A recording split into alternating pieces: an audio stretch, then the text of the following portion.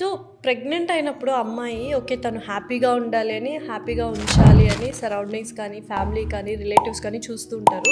యాక్చువల్గా husband pregnant వైఫ్తో ఎలా ఉండాలి? అంటే ఇప్పుడు చూడండి, పెళ్ళికి ముందు గంటలు గంటలు మాట్లాడుకుంటాం.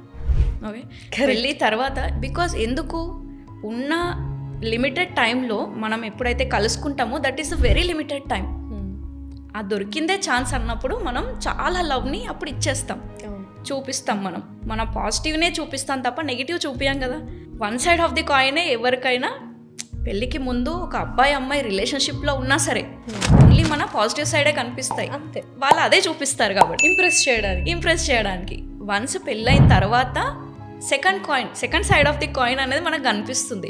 అప్పుడు చాలా ఏంటి నా ఎక్స్పెక్టేషన్స్ ఒకలా ఉండే, ఈయనేంటి ఇలా బిహేవ్ చేస్తున్నాడు, లేకపోతే తనేంటి ఇలా మాట్లాడుతుంది అనేది చాలా కన్ఫ్యూజన్స్ అనేటివి స్టార్ట్ అవుతాయి. అక్కడే చాలా కపుల్స్కి కాన్ఫ్లిక్ట్స్ అనేటివి స్టార్ట్ అవుతాయి. వీళ్ళిద్దరు ఉన్నారు సరే హ్యాపీగా, థర్డ్ పర్సన్స్ వదులుతారా? ఇన్లాస్ వస్తారు, కజిన్స్ వస్తారు, మదర్ ఫాదర్, ఇంకా అత్తమ్మ మామయ్య, లేకపోతే ఇంకెవరో ఒక్కరు వస్తారు, ఫ్రెండ్స్ వస్తారు. వీళ్ళ వల్లే 90% ప్రాబ్లమ్స్ అనేటివి క్రియేట్ అవుతాయి. ఏంటి మీ ఆయన అలా ఉన్నారు, లేకపోతే మీ ఆవిడ ఇలా ఉంది, వాళ్ళ జడ్జ్మెంట్స్ తోటే అదే కరెక్ట్ అనుకొని కపుల్ నమ్ముతారు. అలానే ప్లీజ్ దయచేసి అలా ఉండకండి.